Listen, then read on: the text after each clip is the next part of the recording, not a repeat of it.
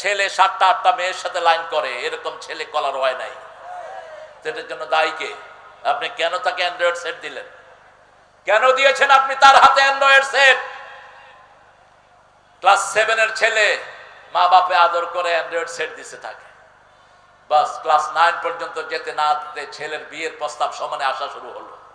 ছেলে বলল যে হয় বিয়ে করাইবা, নাইলে বিষ খেয়ে বেড়ে যাবো। এই কাহিনীগুলো নাই। কিভাবে জীবন কাটিয়েছো? 2 নাম্বার, যৌবন কোন রাস্তায় খরচ করেছো? তোমার যৌবন সবচেয়ে দামি যৌবন আল্লাহ দান করেছেন, কোন রাস্তায় খরচ করেছো? 3 নাম্বার, কোন পথে টাকা আয় করেছো? নেতা সাহেব হলেই কোটি টাকার মালিক।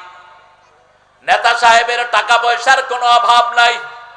সামান্য মেম্বার 100 কোটি টাকার মালিক আছে না নাই? কলরোয়াতে নাই। এমপি সাহেব টাকার সোর্স কি? কোত্থেকে টাকা এসেছে তোর? কোথায় খরচ করেছো? মিন আইনা ইকতাসাবাহু ফীমা আনফাকাহু, কোথায় থেকে টাকা কামাই করেছো, কোথায় খরচ করেছো?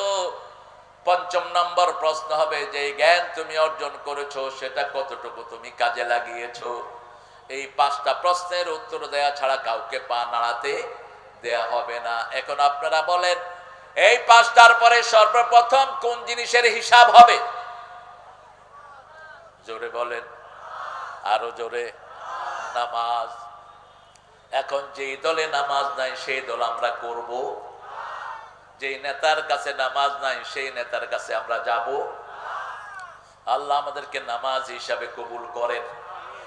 ইযা সামাউন ফাতারাত ওয়া ইযাল কাওয়াকিবু তাতারাত ওয়া ইযাল বিহারু ফুজ্জিরাত ওয়া ইযাল কুবুরু বু'সিরাত আলিমাত নাফসুম মা কদ্দামাত ওয়া আখারাত ইয়া আইয়ুহাল ইনসানু মা গররাকা বিরাব্বিকাল কারীম। একটু আখিরাত চোখের সামনে রাখবেন, তাহলে আর দুনিয়া আপনাকে কষ্ট দিবে না। একটু একজনের মৃত্যু আপনার চোখের সামনে রাখবেন। ফাকসিরু যিকরা হাযমিল লাযাত ওয়াল মাউত, রাসূল বলেছেন বেশি করে স্মরণ করো মৃত্যু। মৃত্যু স্মরণ করলেই তুমি আর খারাপ কাজ করতে পারবে না। ঠিক না ঠিক? এখন খারাপ কাজ বাড়ছে না কমছে? করোনার পরে তো আমার মনে হয় বিড়িখোরের সংখ্যা বেড়ে গেছে। করোনাটা একটা এসেছিল মানুষকে তালিম দেওয়ার জন্য। করোনায় সবচেয়ে বেশি মারা গেছে ইসলাম বিরোধীরা, সবচেয়ে বেশি মারা গেছে মদখোররা, সবচেয়ে বেশি মারা গেছে কাফের মুশরিকরা। ঠিক না ঠিক? কিন্তু মোমেনদের অবস্থা বেগতিক। মোমেনদের ছেলে মেয়েরা এখন এত বিড়ি খায়, এত নেশা করে।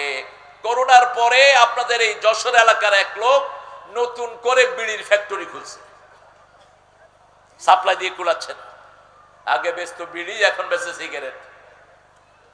এটা সিগারেট আর বিড়ি তো হালাল, কি বলেন? কথা বলেন।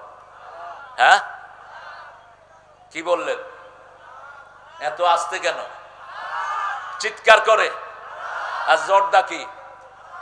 জর্দা যে হুজুররা খায় মোকরু। কিসের মোকরু? তুমি সিগারেটের ভিতরে যেটা দেয় জর্দার ভিতরেও সেটাই একই জিনিস।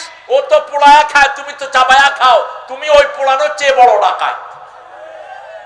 নিষেধ, এই সেবনগুলো নিষেধ। মেডিকেল সায়েন্স হুজুরদের ফতোয়া নয়। মেডিকেল সায়েন্স ফতোয়া দিচ্ছে বিড়ির ভিতরে 1100 রোগ। কয়শো? 1100 রোগ দৈনিক পৃথিবীতে, সারা পৃথিবীতে কয়েক হাজার লোক মারা যায় শুধু বিড়ির ধোঁয়ার কারণে। বছরে 22 থেকে 23 লক্ষ লোক মারা যায় সিগারেটের ধোঁয়ার কারণে। তোমরা যারা সিগারেট বিক্রি করো, তোমরা যারা সিগারেট খাও, এই খুনি হিসাবে তোমরা কিয়ামতের ময়দানে আদালতে দাঁড়াবা। আল্লাহ আমাদেরকে হেফাজত করুন। ইযা সামাউন ফাতারাত, যখন আকাশটা বিদীর্ণ হয়ে যাবে। সূরা মুজাম্মিলের ভিতরে আল্লাহ বলছেন আস-সামাউ মুনফাতিরুন বিহ, আকাশটাকে আল্লাহ বিদীর্ণ করে দিবেন। ইযা সামাউন ফাতারাত ওয়া ইযাল কাওয়াকিবু তাসারাত, তারাগুলো ছিটকে পড়ে যাবে। ওয়া ইযাল বিহারু ফুজ্জিরাত, ইবনে আব্বাস বলছেন সাগরের এক অংশকে আরেক অংশের উপর আছাড় মেরে দেয়া হবে। যেমন সুনামি হচ্ছে, এক সুনামিতে 25 লক্ষ লোক দুনিয়া থেকে বিদায়। ইন্দোনেশিয়ায় সুনামি হলো কেন? ইন্দোনেশিয়ায় হলো, ইন্দোনেশিয়া কয়েক হাজার দ্বীপের দেশ। ইন্দোনেশিয়া দ্বীপগুলোতে সবচেয়ে বেশি নোংরা কাজ হয়, সবচেয়ে বেশি উলঙ্গপনা হয়। ইউরোপিয়ানরা সমানে ওখানে এসে উলঙ্গপনা করে। আল্লাহ রাব্বুল আলামিন বলছেন রাসূলের মাধ্যমে, প্রত্যেকটি সাগর প্রতিদিন 5 বার আল্লাহর কাছে মানুষকে মেরে ফেলার অনুমতি চায়। কয়বার? 5 বার সাগর বলে, আল্লাহ আমার পারে যারা নোংরামি কাজ করছে, আমার পারে যারা জনগণের হক মারছে, আমার পারে যারা ক্ষমতায় বসে বসে দেশের সম্পদ চুরি করছে, একটু অনুমতি নেন, একটা থাপ্পড় মেরে এদেরকে দুনিয়া থেকে বিদায় করে দেই। আল্লাহ অনুমতি দিলেই সুনামি হয়ে যায়। সুনামি কি? এক অংশের পানি দিয়ে আরেক অংশকে না না দিও না বাবা। ভালো ছেলে, এই ছেলেটা ছোটবেলা থেকেই মাহফিলের সাথে জড়িত। সুনামি নিচের থেকে ভূমিকম্প করে দেয় সাগরের ভিতরে। একটু সামান্য ভূমিকম্প হয়ে যায়, বিহারু ফুজ্জিরা, সাগরের পানিগুলো বগলি উপরের দিকে উঠে, এত উপরে উঠে বিভিন্ন রকমের অ্যানালাইসিস এখন করছে পানি বৈজ্ঞানিকেরা। সাগরের নিচেও আরো সাগর আছে। রাসূল সাল্লাল্লাহু আলাইহি ওয়াসাল্লাম বলছেন, তাহতা কুল্লা বাহার না ও কুল্লা নারিন বাহার, প্রত্যেকটা সাগরের নিচে আগুন আছে, আগুনের নিচে আবার সাগর আছে। 1400 বছর আগে বললেন রাহমাতাল লিল আলামিন, সাগরের নিচে যে আগুন আছে, এটা কি দিয়ে আমরা বুঝি? সাগরের পানিগুলো শীতকালে একটু গরম থাকে, ঠিক না ঠিক? কথা বুঝতেছেন তো? সাগরের পানিগুলো একটু গরম থাকে। কে গরম করে দেয়? কে? তিনি আল্লাহ রাব্বুল আলামিন গরম করে দেন। ইদাস সামাউন ফাতারাত ওয়া ইদাল কাওয়াকিবু ইনতাসারাত ওয়া ইদাল বিহারু ফুজ্জিরাত ওয়া ইদাল কুবুরু বুসিরাত, সব কবরগুলোকে খুলে দেয়া হবে। কবরগুলো থেকে মানুষগুলো পঙ্গপালের মতো বেরিতে থাকবে। যারা দুনমুনতাসির, পোক যেমন বৃষ্টি হলে মাটি ফুঁড়ে ফুঁড়ে বের হয়, এই যে আমরা যেখানে বসে আছি এটার নিচে যে হাজার হাজার মানুষের কবর নাই, তার কোনো নিশ্চয়তা নাই। সারা পৃথিবী, বিশেষ করে বাংলাদেশ ভাটির দেশ, এই দেশে ছিল পুরাটাই সাগরের নিচে। আস্তে আস্তে করে আল্লাহ রাব্বুল আলামিন সাগর সরিয়ে দিয়ে পুরা দেশটাকে বাসের উপযুক্ত করে দিয়েছেন।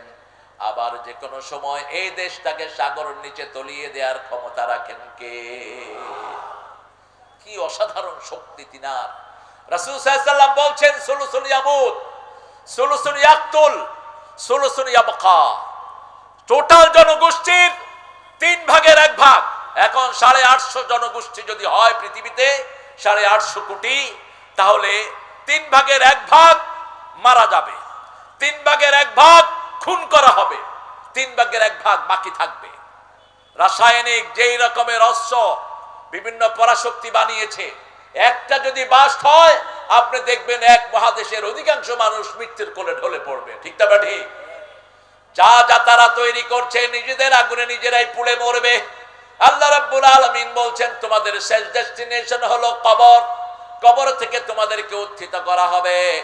এই কবরে 2 প্রকারের লোক যাবে। এক প্রকারের লোক হবে আসহাবুল ইয়ামিন, মা আসহাবুল ইয়ামিন, যারা ডানপন্থী। কোন পন্থী? ডানপন্থী। ডানপন্থীদের প্রথম কথা হলো লা ইলাহা, প্রথম কাজ হলো নামাজ। প্রথম কাজ কি? নামাজ। আযান হলে এরা কোথায় যাবে? মসজিদে যাবে। এরা নামাজ পড়বে, জীবনের চেয়ে সুন্দর করে নামাজ পড়বে। কখনো এরা নামাজ কাজা করবে না। ডানপন্থীদের শ্রেষ্ঠ নমুনা হলো তারা ইসলামী পোশাক পরবে, মহিলারা পর্দায় থাকবে। এটাই হলো ডানপন্থীদের নমুনা। এই ডানপন্থীদেরকে আল্লাহ বলছেন, আমি প্রথম তাদেরকে বড়ই খাওয়াবো। কি খাওয়াবেন? বড়ই খাওয়াবো। কান্দি কান্দি কলা খাওয়াবো, ছায়ায় বসাবো, তারপরে পানি খাওয়াবো। আর হিন্দু মাইথোলজিতে বলে, ভরা পেটে ফল, খালি পেটে জল। এটা ইসলাম বিরোধী। ভরা পেটে জল, খালি পেটে ফল, এটা হলো আল্লাহর কোরআন। কিন্তু রাসূল বলছেন, খাওয়ার সাথে সাথে পানি খাবা না, যে কোনো খাওয়ার আধা ঘন্টা পরে তুমি পানি নিবা। আজকের মেডিকেল সায়েন্স বলছে, যারা খাওয়ার আধা ঘন্টা পরে পানি নেয়, এদের খাওয়া কখনো বদহজম হয় না, এদের পেট কখনো ডিস্টার্ব করে না, এদের খাওয়াগুলো সঠিকভাবে তাদের পাকস্থলী হজম করতে পারে। আলহামদুলিল্লাহ। 1400 বছর আগে বলছেন রাহমাতাল লিল আলামিন, সেই নবীর রাহমত, যা বলেছেন সবই বিজ্ঞান। আল্লাহ বলছেন ডানপন্থীদেরকে আগামী জান্নাতে নিয়ে বড়ই দেব, তারপরে কান্দি কান্দি কলা দেব, ছায়ায় বসাবো, তারপরে পানি দিব, তারপরে আবার ফল দিব। ফল যারা বেশি খায় তাদের রোগ ভালো করে দেন কে? আরো জোরে বলেন। আর বাংলাদেশের মতো ফল, বিশেষ করে কলারোয়াতে তো ফল নাই, এখন আমও হয়, সব হয়। কি নিয়ামত আল্লাহ ভরে দিয়েছেন, আলহামদুলিল্লাহ বলে। আল্লাহ বলছেন ইদাস সামাউন ফাতারাত ওয়া ইদাল কাওয়াকিবু ইনতাসারাত ওয়া ইদাল বিহারু ফুজ্জিরাত ওয়া ইদাল কুবুরু বু'থিরাত আলিমাত নাফসুম মা কদ্দামাত ওয়া আখারাত। আগের পরের সব আমলনামা মানুষের হাতে দান করে দিবেন কে? সব জেনে যাবে। আজকের বিজ্ঞান বলছে 48 সেকেন্ডে মানুষ 80 বছরের সমস্ত স্মৃতি তার মনে আনতে পারে। কত সেকেন্ড? 48 সেকেন্ড, 1 মিনিটও না। অর্থাৎ আপনার এই ব্রেনটি 10,000 সুপার কম্পিউটার চেয়ে ফাস্ট। কম্পিউটার যত তাড়াতাড়ি আপনাকে সিগন্যাল দিবে তার চেয়ে 1000 গুণ তাড়াতাড়ি সিগন্যাল দেয় কে? ব্রেন। যেমন আপনি রাতের বেলায় রাস্তা দিয়ে হাঁটছেন, হঠাৎ করে দেখলেন ফস করে উঠলো কি জানি, আপনি তাকালেন, তাকাই দেখলেন যে গোখরা, এরকম ফনা ধরে সাপটার নাম কি? গোখরা। আপনার ব্রেন সাথে সাথে বলবে দৌড় মার। আশেপাশে কে আছে দেখার সময় নাই, কি দিবেন? দৌড় দিবেন। মুহূর্তের মধ্যে কাজগুলো হয়ে যাচ্ছে। সেকেন্ডের অনেক কম সময়ে আপনি কাজ করে ফেলছেন। কালাহমিল বাসারে আও আকরাব। আল্লাহ বলছেন চোখের পলক ফেলতে যত সময় লাগে তার চেয়ে দ্রুত কাজ করে ফেলেন কে? আল্লাহ। সে আল্লাহ রাব্বুল আলামিন বলছেন এইভাবে তুমি তোমার ব্রেনকে আমি এতটা সেন্সার ক্ষমতা দিয়েছি, মুহূর্তের মধ্যে তোমার ব্রেন সব করে ফেলে। আপনি যখন দেখলেন সাপটা হলো ধোঁড়া সাপ। কি সাপ? ধোঁড়া সাপ, যেটার বিষ নাই, এটারে কি বলেন? ধোঁড়া সাপ।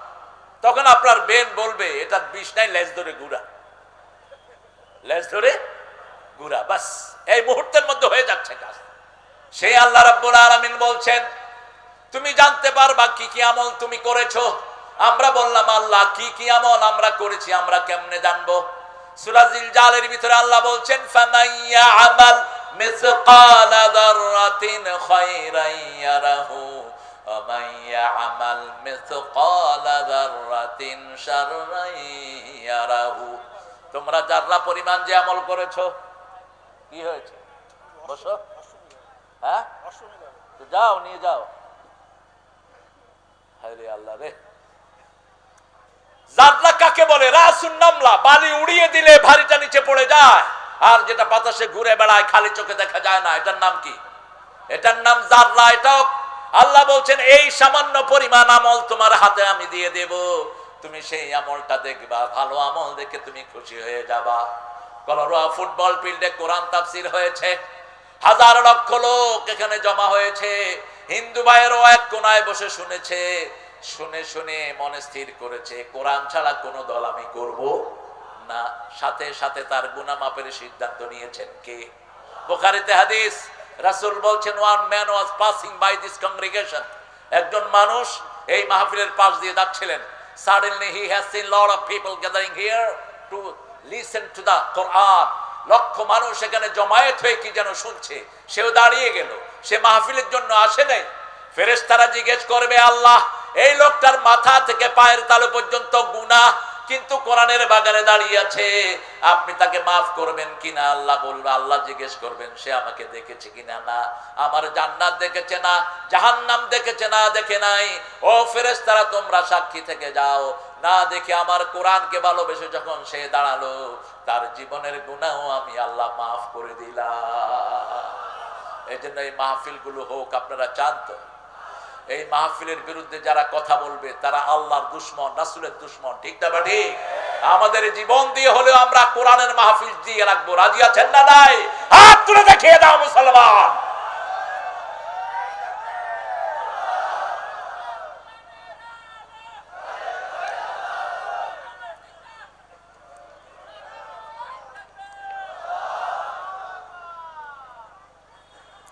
কলরোয়ার লোকের শান্তি কমে গেছে, আওয়াজে আগের মতো আওয়াজ নাই। একটু জোরে বলেন তো আল্লাহু আকবার। হয়েছে? তুমি নিজেই তো কোন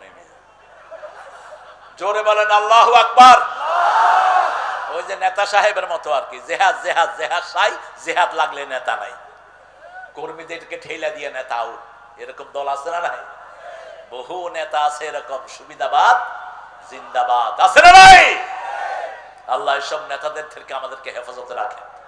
আমাদের আমলগুলো আল্লাহ হাতে তুলে দিবেন। কি আমল হাতে তুলে দিবেন? আপনি একজন মানুষের খারাপ চিন্তা করছেন, সেটা আল্লাহ আপনার চোখের সামনে তুলে দিবেন। আবার একজন মানুষকে আপনি উপকার করেছেন, তাকে একটা কথা বলে সেই সওয়াবটাও আপনার চোখের সামনে তুলে দিবেন কে? রাসূল সাল্লাল্লাহু আলাইহি সাল্লাম বলছেন, মানুষ মনে করে দোয়াগুলো কবুল হয় না, আল্লাহ সব দোয়া জান্নাতে সাজিয়ে রেখেছেন। আল্লাহ বলবেন, বান্দা তুমি আমার কাছে কি কি চেয়েছিলে? বান্দা কিছু বলার পরে ভুলে যাবে, কারণ ছোটবেলা থেকে এই পর্যন্ত কত দোয়া আমরা করেছি, সব দোয়া আমাদের কারো মনে নাই। আল্লাহ বলবেন, তুমি ছোটবেলা থেকে যা যা দোয়া করেছো একটু ডান দিকে তাকাও। গোলাম ডান দিকে তাকিয়ে দেখবে, নাবালক থেকে শুরু করে মৃত্যু পর্যন্ত যত দোয়া করেছে সব আল্লাহ জান্নাতে তার জন্য সাজিয়ে রেখেছে। গোলাম সেজদায় পড়ে বলবে, আল্লাহ যা দুনিয়াতে দিয়েছো তাও যদি না দিতে আমি ধন্য হয়ে যেতাম। এই জন্য কোন দোয়াকে ছোট করে দেখবেন না। যখনই সুযোগ পান দোয়া করবেন কার কাছে? যখনই সুযোগ পান আল্লাহর কাছে হাত তোলেন, যখনই সুযোগ পান সেজদা দেন।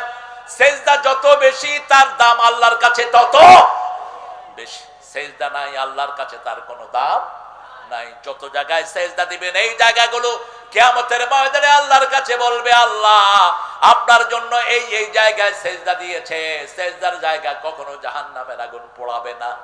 আল্লাহ রাব্বুল আলামিন সেজন্য বলছেন, আসজুদু ওয়াক্তারিব, সেজদা দাও, আমার কাছে চলে আসো। আলিমাত নাফসুম মা কদ্দামাত তাআখারাত ইয়া আইয়ুহাল ইনসানু মা গররাকা বিরাব্বিকাল কারীম। আল্লাহ বলবেন, হে আমার বান্দারা, হে বাংলাদেশের লোকেরা, কলালোয়ার লোকেরা, হে বিভিন্ন দর করা লোকেরা, কোন জিনিস আমার মতো দয়ালু রবের ব্যাপারে তোমাদেরকে উদাসীন করে রেখেছে? কোন জিনিস তোমাকে ধোকায় ফেলে রেখেছে? এত নেয়ামত দেওয়ার পরে নামাজ পড়ে না, এরকম লোক বেশি না কম? কথা বলেন। জুমার দিন ছাড়া মসজিদে মুসল্লি নাই, সকালবেলায় মুসল্লি নাই। দেশ তো মুসলমানের দেশ বলে, জোহরে মুসল্লি নাই, আসরে নাই। বিশাল বিশাল দলের নেতা, নামাজের একটু গন্ধ তার কাছে নাই। এক সপ্তাহে শুধু জুমার নামাজ পড়ে, এরকম পান্ডা নেতা আছে না নাই? কথা বলেন। কি দিয়ে আপনি নামাজ আল্লাহর কাছে জান্নাত পাবেন? কি দিয়ে? কি দিয়ে আপনি আল্লাহর বান্দা হবেন? জান্নাতের চাবি কি? আরো জোরে বলেন। নামাজের চাবি কি? নামাজের চাবি ওযু। নামাজের চাবি ওযু। কি সুন্দর লিঙ্ক দেখেন। রাসূল সাল্লাল্লাহু আলাইহি ওয়াসাল্লাম ওযু করতেন, ওযুর পানি কখনো মুছে ফেলতেন না। আমরা তো পাগল হয়ে মুছি ওযুর পানি। রাসূল সাল্লাল্লাহু আলাইহি ওয়াসাল্লাম বলছেন, ওযুর পানি যদ্দূর যাবে ওদ্দূর কিয়ামতের ময়দানে সূর্যের চেয়ে আলোকিত হয়ে যাবে। সাহাবায়ে কেরাম জিজ্ঞেস করলেন, বিশেষ করে মা আয়েশা বললেন, ইয়া রাসূলুল্লাহ, কিয়ামতের ময়দানে আপনার উম্মত আপনি কিভাবে চিনবেন?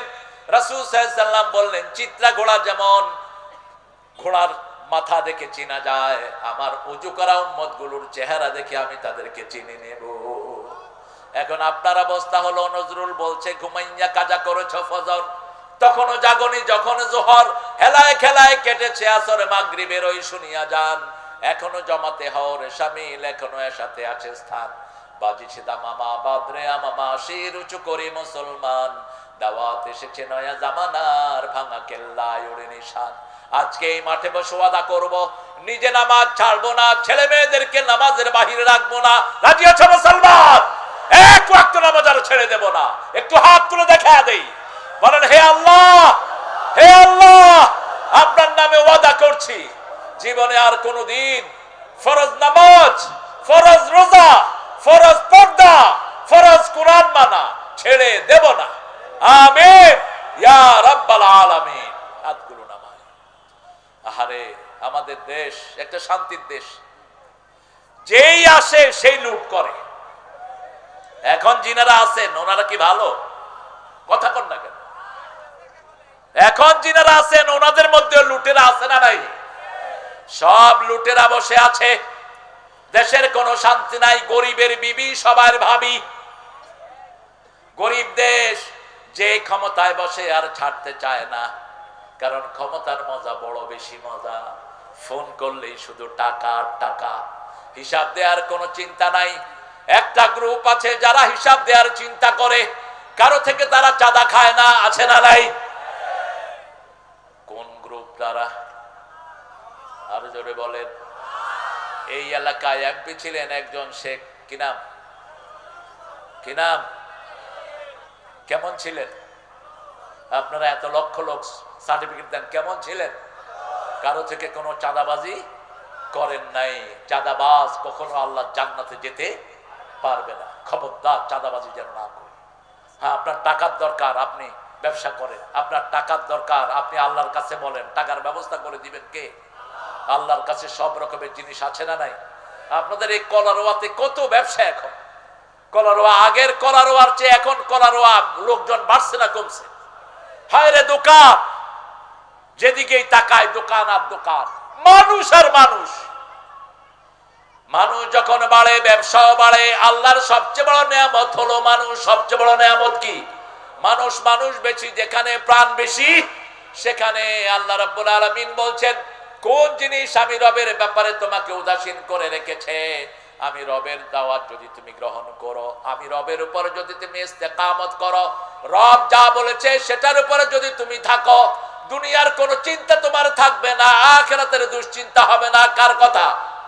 আল্লাহ ওয়াদা দিয়েছেন, ইন্নাল্লাযীনা ক্বালু রাব্বুনাল্লাহু সুম্মা ইসতাকামু তাতানাজ্জালু আলাইহিমুল মালায়েকা আল্লা তাখাফু ওয়া লা তাহজানু ওয়া আবশিরু বিল জান্নাতিল্লাতী কুনতুম তুআদুন।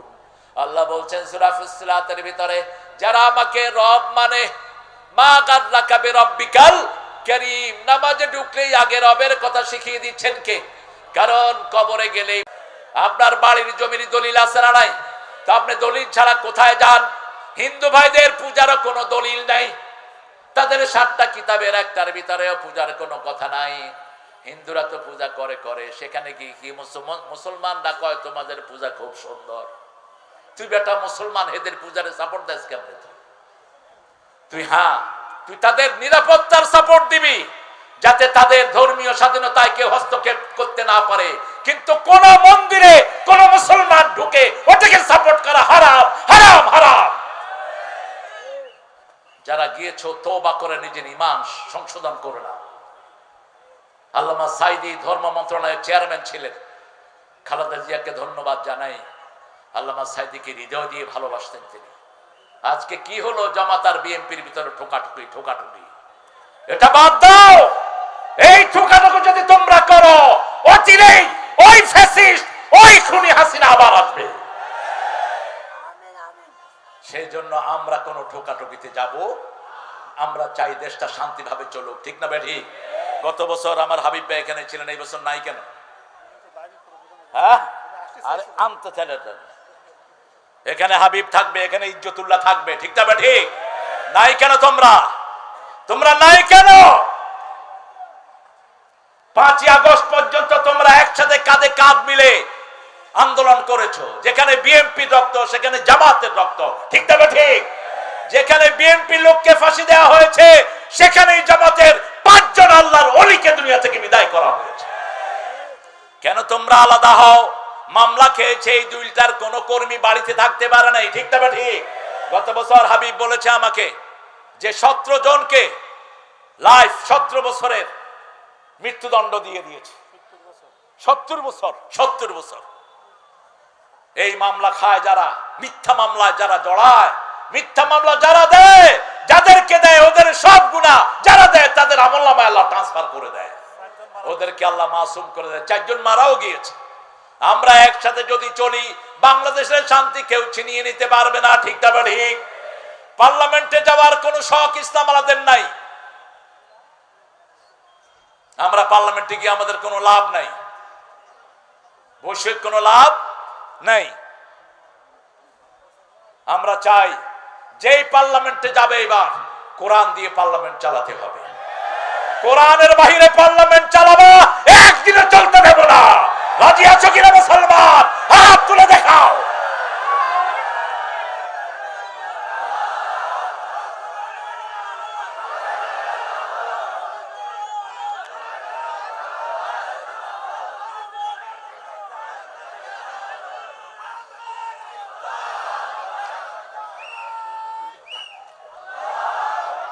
আমার প্রিয় ভাইয়েরা, ডানপন্থী আন্দোলন বলতে আমরা বিএনপি কে বুঝাই, ঠিক না ঠিক? কেন? কারণ এই সংবিধানকে যখন শেখ মুজিব সেকুলার বানিয়েছিল, আল্লাহ বিরোধী বানিয়েছিল, তখন এই সংবিধানে প্রথম বিসমিল্লাহ ঢুকিয়েছে কে? জোরে বলেন, জোরে বলেন।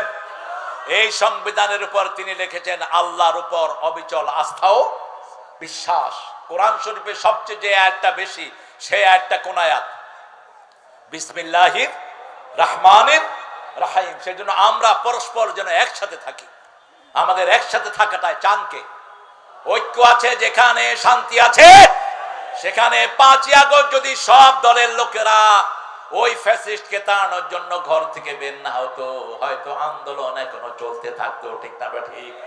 সবাই যখন একসাথে বেরিয়েছে, আন্দোলনকে সফল করে দিয়েছেন কে?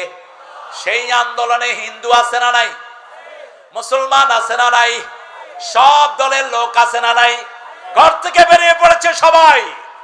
একটা ইস্যু, হাসিনা তুই কবে যাবি, ঠিক না ঠিক?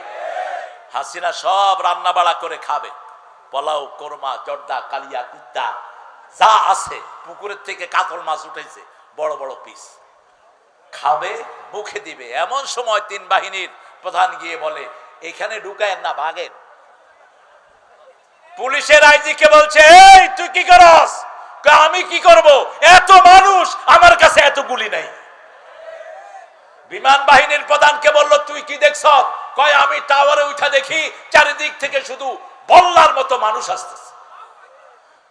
সেনাবাহিনীর প্রধানকে বলছে গুলি চালাও, সেনাবাহিনীর প্রধান বলছে আমার এত গুলি নাই। এখন বলছে আমিও ছাড়বো না।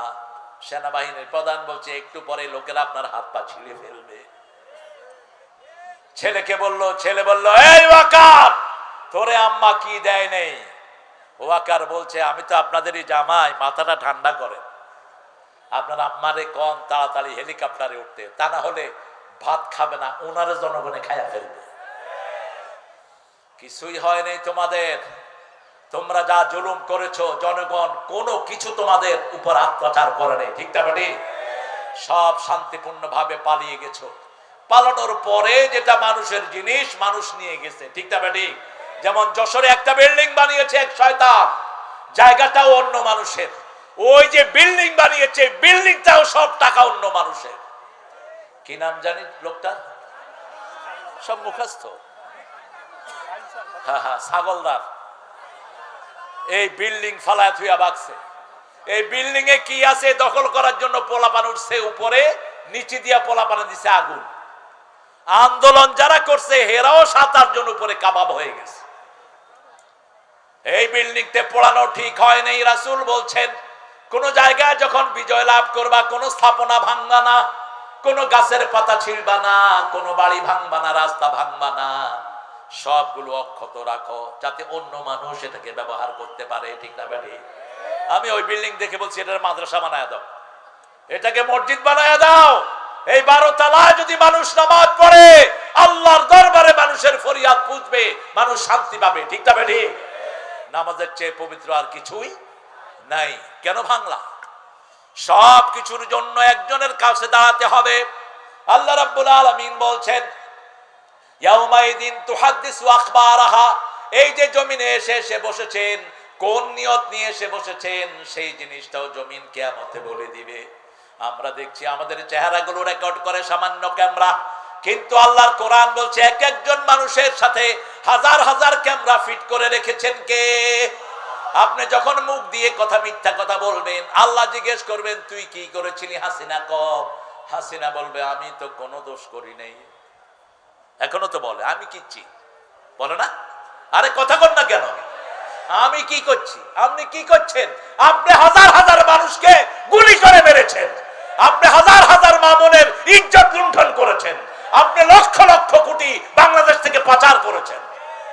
কয় আমি কি করেছি? আল্লাহ জিহ্বা বন্ধ করে দিবেন, জিহ্বা দিয়ে কোনো কথা বের করবেন না। সূরা ইয়াসিনের 65 নম্বর আয়াতে আল্লাহ বলছেন, আল-ইয়াওমা নাখতিমু আলা আফওয়াহিহিম ওয়া তুকাল্লিমুনা আইদিহিম ওয়া তাশহাদু আরজুলুহুম বিমা Kanu ইয়াকসিবুন।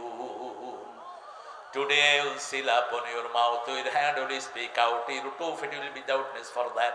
What have you done in your lifetime? আজকে মুখে সিল মেরে দিলাম, তোমার হাতকে বলবো হাত তুমি কথা বলো। এই হাত তোর হাত বলবে আল্লামা সাঈদীর মতো আল্লাহর প্রেমিককে 13 বছর তুই জেলখানায় ফেলে রেখেছিস, ঠিক না ঠিক? তারপরে তোর লোক দিয়ে ইনজেকশন দিয়ে তাকে দুনিয়া থেকে বিদায় করেছিস। আল্লামা সাঈদী রাহমাতুল্লাহ আলাইহির উত্থান হয়েছে এই সাতক্ষীরায়। এই সাতক্ষীরার বহু হাতে ঘাটে তিনি সাইকেল চালিয়ে ওয়াজ করেছেন, তিনি নিজে আমাকে বলেছেন। সাতক্ষীরাকে হৃদয় দিয়ে ভালোবাসতেন। কি নাম? আল্লামা সাঈদী। আপনারা তাকে ভালোবাসেন তো? তিনি কোথায় যাবেন বলেন? আল্লাহ তাকে কোথায় দিবেন? আমরা আল্লাহর কাছে দোয়া করি, বলেন হে আল্লাহ, হে আল্লাহ, আপনার এই গোলামকে জান্নাতুল ফেরদাউসের শ্রেষ্ঠ মেহমান বানায়া দেন। এত কষ্ট করেছেন 13 বছর, এই টেবিলের চেয়ে ছোট একটা জায়গা, এতটুকু একটা জায়গাতে তিনি শুইতেন, তিনি থাকতেন। 3টা কম্বল তার শোয়ার জিনিস ছিল, তাকে দেয়া হয়েছে 3টা কম্বল। একটু রাষ্ট্রীয় কোনো অতিথির মর্যাদাও তাকে দেয়া হয় নাই। কয়েদিরা নিজের কম্বল তাকে দিয়ে 4-5টা কম্বল দিয়ে তাকে বালিশ বানিয়ে দিয়েছে আর নিচে দিয়েছে। এই 13 বছর এই ছোট্ট জায়গায় থাকলেন, ডায়াবেটিসের রোগী, প্রেসারের রোগী। কিন্তু যখন বের করে আনলেন, মুখে কি? আহা, মুখে কি? চলে গেলে জান্নাতেরি হাসি উপহার, দিনের পথে চলবো মোরা এই তো অঙ্গীকার। দিয়ে গেলে জান্নাতেরি হাসি উপহার, আল্লাহর পথে চলবো মোরা এই তো অঙ্গীকার। সোলজার নামাচ্ছে গাড়ি থেকে পিজি হসপিটালে, বলছে হুজুর আপনি কেমন আছেন? কি অসাধারণ হাসি, পুরা মুখে হাসি, ঠিক না ঠিক? পুরা মুখে হাসি দিয়ে বলছে আপনি আমার খবর নিয়েছেন, আলহামদুলিল্লাহ। মুমিন যে কোনো অবস্থায় থাকে আল্লাহর প্রশংসা করলে তার নেয়ামত বাড়িয়ে দেন কে? অ্যারেস্টের 2 সপ্তাহ আগে তিনি খুলনায়, 2 সপ্তাহ কি মাসখানেক আগে আমি নেমেছি যশোর এয়ারপোর্ট। তিনি আমাকে ফোন করলেন, তারেক, এইভাবে বাখরা দাদাই করে নাম ডাকতেন, তারেক আসসালামু আলাইকুম। কত বড় মানুষ, আমি তার ছাত্রের যোগ্য না। আগে সালাম, বড় মানুষের আগে কি দেয়? আগে কি দেয়? সবচেয়ে বড় মানুষ রাহমাতাল লিল সবার আগে সালাম দিতেন। কোথায় তুমি? আমি বললাম আমি যশোর এয়ারপোর্টে নামলাম। যাবা কোথায়? কলারোয়া। এই মজনু ভাইয়ের বাড়িতে উঠতাম, বেলালির বাড়িতে উঠতাম। মজনু ভাইয়ের ভাই আসছে এখানে, শাহেদ ভাই উঠেন একটু সালাম দেন। এই যে মজনু ভাইয়ের ভাই, এই কাজী পরিবার ইসলামের জন্য ওয়াকফ করা পরিবার। তিনি বললেন গাড়ি ঘুরাও, প্রোগ্রাম কখন? আমি বললাম সন্ধ্যায়। তিনি বললেন গাড়ি ঘুরাও খুলনার দিকে। খুলনা আপনারা জানেন তিনার একটা প্রতিষ্ঠান আছে, বাংলাদেশের শ্রেষ্ঠ প্রতিষ্ঠানের একটা, 7 থেকে 8 হাজার ছাত্র সেখানে, আলহামদুলিল্লাহ। তিনি ছুটি দিয়ে দিলেন, মসজিদে সব ছেলেরা আমরা বসলাম। আল্লামা সাঈদী আমাকে পিঠে হাত দিয়ে বলবেন, ছেলেরা তোমরা চিনো একে? ছোট্ট ছোট্ট ছেলেরা বলছে হ্যাঁ আমরা ওনাকে চিনি।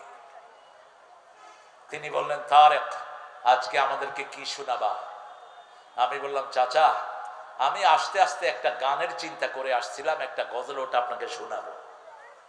অমর শিল্পী তুমি প্রিয় সাঈদী, তোমাকে জানাই সালাম। সারাটা জীবন জুড়ে তোমারই প্রেমের সুরে ছড়ালে যে মহান আল্লাহর নাম, তোমাকে জানাই সালাম। অমর শিল্পী তুমি প্রিয় সাঈদী, তোমাকে জানাই সালাম। আমি বলছি, গজলটি বলছি, উনি কাঁদছেন বসে বসে। আল্লাহ তাকে সালাম দিয়ে ভরে দিন, বলেন আমিন। হে আল্লাহ, তার কবরটাকে আপনি শান্তি দিয়ে ভরপুর করে দিন। এই মানুষটাকে 13টা বছর এত আক্রমণ করলো, অথচ এই মানুষটার হাতে যত বিধর্মী মুসলমান হয়েছে, বাংলাদেশের ইতিহাসে কারো হাতে এত বিধর্মী মুসলমান হয় নাই। ঠিক না বেঠে? কি করেছ? এই হাত তোমার সাক্ষী দিবে, পা বলবে, হাত যা বলে তা সত্য। ওই যে ডাক্তার বেয়াদব সুই দিয়ে বিষ ঢুকিয়ে দিয়ে যে দুনিয়া থেকে বিদায় করেছে, সে এখনো বহাল তবিয়তে পিজিতে আছে। কিন্তু ব্যক্তিগত প্রতিশোধ নেয় ইসলাম জায়েজ করে নেই। ইসলাম বলেছে বিনা বিচারে যদি কোন বিধর্মীকে যদি কেউ মারে, কিয়ামতের ময়দানে তাকে আসামির কাঠ গলায় দাঁড় করাবেন কে? আপনি বিনা বিচারে কারো গায়ে হাত দিতে পারবেন না। সেই জন্য আমরা কোনো প্রতিশোধ নেই না। ইসলাম আলাদা প্রতিশোধ নেয় না। ইসলাম আলাদা একজনের উপর ভরসা করে, তিনি কে?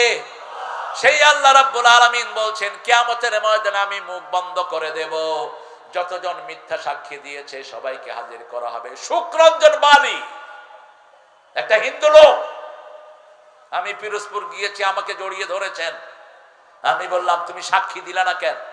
বলছে জন্মের পর থেকে দেখেছি এই লোকটা কোন হিন্দুর দিকে কোনোদিন চোখ তুলেও তাকান নাই। যখন যে সাহায্য আমরা চেয়েছি আমাদের পাশে এসে দাঁড়িয়েছে। আমি কিভাবে তার ব্যাপারে মিথ্যা কথা বলি? আমি বলেছি আমার প্রাণ যাবে, কিন্তু তার ব্যাপারে আমি মিথ্যা সাক্ষী দিতে পারবো? সাইয়েদনা ইব্রাহিম আলাইহিস সালাম দোয়া করতেন, জাআলনি লিসানা সিদকিন ফিল আখিরিন ওয়াজআলনি ওয়ারাসাতাম মিন জান্নাতিন নাঈম। সূরা শুআরার ভিতরে ৭৪ থেকে ৭৮ পর্যন্ত ওনার আকীদা আল্লাহ তুলে দিয়েছেন। তিনি বলতেন ফাইদা মারুতু ফায়াশফিন, আমরা যখন অসুস্থ হই আমাদেরকে সুস্থ করে দেন কে? আরো জোরে বলেন। ওয়া ইউতআমুনি ওয়া ইয়াসকিন, আমাদেরকে খাওয়ান কে? আমাদেরকে পরান কে? সব কিছুর মালিক কে? সে আল্লাহ বলছেন মুখে আমি খাবার তুমি যখন দাও, আমি খাবারকে অনুমতি না দিলে খাবার হজম হয় না। তোমার পেটে যখন খাবার যায় আমার অনুমতির অপেক্ষা করে, আমি যাকে অনুমতি দেই না তার খাবার পেটেই পড়ে থাকে। পেটেই পড়ে থাকতে থাকতে পেট বড় হয়ে যায়। ঠিক তবে ঠিক। আমি লিভারকে বলি কাজ করবি না, দুনিয়ার কোন ডাক্তার লিভারকে কাজ করানোর ক্ষমতা। এই জন্য যে কোনো কাজের আগে যখন আল্লাহর নাম নেব, আমার কাজটাকে সহজ করে দেন কে? এই জন্যই রাসূল বলেছেন ইয়া গোলাম সামদিন। কে ছিল? হামজা। হামজা আসেনি। হামজাকে কে কে নিষেধ করেছে? যারা নিষেধ করেছে তওবা করে মুসলমান হও। কোরআন শরীফ থেকে যারা নিষেধ করে এরা মুসলমান না, ফতুয়াকার। ফতুয়াকার। وقال الذين كفروا لا تسمعوا لهذا القرآن সূরা ফুসসিলাত। আল্লাহ বলছেন কাফেররা বলে কোরআন শুনো না। হামজা তুমি কার নিষেধাজ্ঞা শুনে আসলা না? তোমাকে আল্লাহর আদালতে আসামির কাঠ গড়ায় দাঁড়াতে হবে। গতদিন অনেক লোক তারা আলোচনা শুনতে এসেছিল, কেন তুমি আসলা না? কোন ছাগল তোমাকে নিষেধ করেছে? সেই নিষেধাজ্ঞায় তুমি কান দিলা কেন? আল্লাহ তাকে কোরআন অনুযায়ী চলার তৌফিক দান করো। যদি শরীয়তের কারণে না আসো আল্লাহ মাফ করবেন। আর যদি একজন বলেছে তুমি আসলা না, তুমি তওবা করো, তুমিও কবিরা গুনাহ করেছো। জামাল আসার কথা ছিল গতকাল, আজকে এসেছে, কাফারা দিয়েছে। আল্লাহ জামালকে কবুল করুন। জোরে বলেন আমিন। ডক্টর মাওলানা গুলজান হোসেন গতকাল এসেছিল। শিল্পীরা এসেছে, সবগুলো আসছে শিল্পীরা। ও আগামীকাল শিল্পী মেলা হবে এখানে। এই শিল্পীরা যেন সঠিক গজলগুলো গায়, আল্লাহ তাদেরকে তৌফিক দান করুক। তবে এখন একটা মজা আছে, চরমনায় আর জামাত এক হয়ে গেছে। ঠিক না? কথা কন না কেন? এখানে চরমনায় শিল্পীও আছে। শিল্পী বদরুজ্জামান না, আর কিছু আছে গোলালু। এগুলো কোন দলের আল্লাহ ভালো জানে। এগুলো আমিও চিনি না ঠিক মতো। গোলালু যখন যেটা তখন সেটা। কিছু গোলালু হুজুরও আছে। আওয়ামী লীগের সময়ও খুব রমরম অবস্থায় ছিল, কোনো মামলা খায়নি, এখনো আছে। তবে এই থাকা নয়, আল্লাহর কাছে তুই কি আসামির কাঠ গড়ায় দাঁড়াবি। অনেক সুন্দর আয়োজন। ইসলামী কলারোয়া ইসলামী পাঠাগার ও যুব সমাজ যুব কল্যাণ পরিষদের উদ্যোগে আজকের সভাপতি বেলারির সম্মানিত স্যার, আমাদের প্রিয় স্যার আলহাজ গোলাম রহমান সাহেব, আরো অনেক ওলামা হযরত এসেছেন। আমি যাদের ছাত্র হতে পারলে ধন্য হতাম। এসেছেন এখানে স্কুলের প্রিয় স্যারেরা, প্রাইমারি, হাই স্কুল, কলেজ, ইউনিভার্সিটির স্যার, বিভিন্ন পেশায় জড়িত আবাল বিদ্যা বনিতা, পর্দার আড়ের মা বোনেরা এসেছেন, হিন্দু সম্প্রদায়ের ভাই বোনেরা যতজন এসেছেন, আল্লাহ সবাইকে কোরআনের জন্য কবুল করুক। আল্লাহ সবার জীবনের গুনাহগুলো মাফ করে দিক। আমরা এখানে এসেছি জান্নাতে যাওয়ার জন্য, ঠিক না বা ঠিক? আমরা কোরআন মানবো তো? কোরআন যারা মানবে না তাদেরকে কোরআনই জাহান্নামে নিয়ে যাবে। অন্য কোনো কিতাব লাগবে না। কোরআন বলবে এটা আমার বন্ধু, এদেরকে আল্লাহ জান্নাত দিয়ে দেন। বিশেষ করে রাতে যারা সূরা মুল্ক পড়ে, রাতে রাসূল বলেছেন, কিন্তু দিনের যে কোনো অংশে পড়লেই হয়ে যাবে। সূরা মুল্ক এবং সূরা সিজদা রাসূল একসাথে পড়তেন, দুইটা সূরা, 30 আয়াত। কয়টা আয়াত? 30 আয়াতের সূরা। রাসূল সাল্লাল্লাহু আলাইহি ওয়াসাল্লাম বলতেন, সূরা মুল্ক যারা পড়বে এই সূরা তাকে ছাড়া জান্নাতে যাবে না। আজকে রাতে আমরা শপথ করব, যতজন ভাই বোন এখানে আছি সবাই সূরা মুল্কটা পড়বো। রাজি আছি তো? রাজি আছেন? দেখি কারা কারা পড়বেন না, হাত তুলে দেখান। আপনারা খুব ভালো মানুষ, এবার দেখান তো কারা কারা পড়বেন, একটু হাত তুলে দেখায় দেন। আল্লাহ আপনি এই হাতগুলো কবুল করেন। আরো চিৎকার করে বলেন আমিন। এই হাতের মধ্যে যারা না পড়ে আল্লাহর কাছে চলে যাবেন, পড়ার সওয়াব দান করে দিবেন কে? এই যে ওয়াদা দিলেন, আপনার ওয়াদা কবুল করলেন কে? এই জন্য প্রতি রাতে রাসূল সূরা বাকারার শেষ দুই আয়াত পড়তেন, 285 এবং 86, শেষ দুই আয়াত। 85 নম্বর আয়াতের ভিতরে আল্লাহ ঘোষণা দিচ্ছেন, আমানার রাসূলু বিমা উনজিলা ইলাইহি মির রাব্বিহি ওয়াল মুমিনুন কুল্লুন আমানা বিল্লাহি ওয়া মালাইকাতিহি ওয়া কুতুবিহি ওয়া রাসূলিহি লা নুফাররিকু বাইনা আহাদিম মির রাসূলিহি ওয়া ক্বালু সামি'না ওয়া আতা'না গুফরানাকা রাব্বানা ওয়া ইলাইকাল মাসির। আল্লাহ রাব্বুল আলামিন বলছেন, ঈমানের মধ্যে প্রথম রাসূলরা ঈমান এনেছেন, তারপরে মুমিনরা ঈমান এনেছেন। ঈমান কিসের উপর এনেছেন? আল্লাহর উপর, আখিরাতের উপর। ঈমান এনেছে ফেরেশতার উপর, নবীদের উপর। এরপরে আল্লাহ বলছেন, লা নুফাররিকু বাইনা আহাদিম মির রাসূলিহি, কোন নবীর মধ্যে আমরা পার্থক্য করি না। নবীর সুন্নাত যেখানে আমরা আছি, সব নবী আলাইহিস সালাম রাসূলের পদাঙ্ক অনুসরণ করেছেন। সব নবীদের একটাই দল। কয়টা? আরো জোরে বলেন। একটা দল। ওই দলের নাম কি? জোরে। ইসলাম। ইসলাম ছাড়া অন্য কোন দল কবরে চিনবে না, ঠিক না? ঠিক। কবরে যেতেই হবে। এই কমিটিতে বেলালি যাদেরকে নিয়ে কমিটি করেছেন, তাদের অনেকেই আজকে দুনিয়াতে। মজনু ভাই, আপনাদের এলাকার সুনামধন্য লোক, কাজী পরিবারের মজনু ভাই আজকে দুনিয়াতে। আব্দুল সাত্তার সাহেব, আপনাদের বাজারের ব্যবসায়ী, আজকে দুনিয়াতে। আমরাও সবাই চলে যাব। আমরা সবাই কোথায় যাব? কবরে যাব। কিন্তু কি নিয়ে যাব? সেটাই হলো আমাদের বিচার্য বিষয়। আল্লাহ বলছেন, তোমরা আমাকে ওয়াদা দাও, ক্বালু সামি'না, তোমরা বলো আমরা শুনলাম, আমরা মেনে নিলাম। আল্লাহ বলেন আমিও কবুল করে নিলাম। বলেন আমরা শুনলাম, আমরা ইসলামের সব শুনবো। রাজি আছি তো? ইসলামের কোনটা আমরা বাদ দেব না। ইসলামে পায়খানার ব্যবস্থা যেমন আছে, ভোটের ব্যবস্থাও তেমন। এমন কোন জিনিস নাই যেটা ইসলামে নাই, ঠিক না? ঠিক। আপনি কিভাবে মাহফিলে বসবেন সেটাও কোরআনে আছে না নাই? ফাফসাহু ইয়াফসাহিল্লাহ, তুমি অন্য ভাইকে জায়গা করে দাও, তোমাকে জান্নাতে জায়গা করে দিবেন কে? তুমি যদি আরেকজনকে শান্তি দাও, তোমাকে শান্তি দিবেন কে? আল্লাহ বলছেন, শিখিয়ে দিচ্ছেন, তোমরা বলো সামি'না, আমরা শুনলাম, ওয়া আতা'না, আমরা মেনে নিলাম। আল্লাহ বলেন আমিও কবুল করে নিলাম। এখনো কিন্তু করলাম না। শুধু ঘোষণা দিয়ে যদি শোন, রাসূল বলেছেন সারা রাত ওই লোকের আমলনামায় সওয়াব লেখা হতে থাকে। এবং সেই সওয়াবটা কিসের সওয়াব? কাফাতা। 3 বার বললেন, বুখারী মুসলিমের বর্ণনা। কাফাতা, কাফাতা, কাফাতা। সারা রাতের সোয়াবের জন্য যথেষ্ট, শান্তি পাওয়ার জন্য যথেষ্ট, বিপদ মুক্তির জন্য যথেষ্ট, just to save yourself from all type of calamity, সব রকমের বিপদ থেকে আপনাকে হেফাজতের জন্য এই দুটা আয়াতই যথেষ্ট হয়ে যাবে। প্রথম আয়াতে আপনি ঘোষণা দিচ্ছেন আমি শুনলাম, মেনে নিলাম। আল্লাহ বলেন আমিও কবুল করে নিলাম। আপনি বলবেন গুফরানাক, হে আল্লাহ আপনার কাছে ক্ষমা চাই। আল্লাহ বলবেন আমিও তোমার সব গুনাহ ক্ষমা করে দিলাম। কি নিয়ামত! আমরা প্রত্যেকে ওয়াদা দেই, হে আল্লাহ বাকি জীবন আপনার হুকুমের বাহিরে একটুও যাব না। রাজি আছি তো? আমার মায়েরা ওয়াদা দেন বিপদ দিকেতে যাবেন না। আপনার চুল যেন কোনো বেগানা পুরুষ না দেখে, আপনার সৌন্দর্য যেন কোনো অন্য পুরুষ না দেখে। আপনি সাজবেন আপনার স্বামীর জন্য, রাস্তার মানুষের জন্য না। মেয়েরা স্নো দিবে, আলতা দিবে কার জন্য? কার জন্য? এখন বাজারে আসতে মাশাআল্লাহ, বাজারে গেলে দেখা যায় সব মেয়েরা সেজে গুছে এসেছে। হারাম। আপনি কোন সুগন্ধি আপনি বাহিরে আসতে ব্যবহার করবেন না। আপনি আপনার সৌন্দর্যকে ঢেকে রাখেন, জান্নাতের সৌন্দর্য আপনাকে দান করে দিবেন কে? মা ফাতেমা সাজছিলেন। মেয়েরা সাজতে পছন্দ করে। মেয়েরা যখন সাজে কেউ দেখুক, এটা মেয়েরা চায় না। সাজার পরে দেখুক, রাসূল সাল্লাল্লাহু আলাইহি ওয়াসাল্লাম হঠাৎ করে পড়ে গেলেন ফাতেমার সাজার সামনে। ফাতেমা নিজেকে লুকালেন।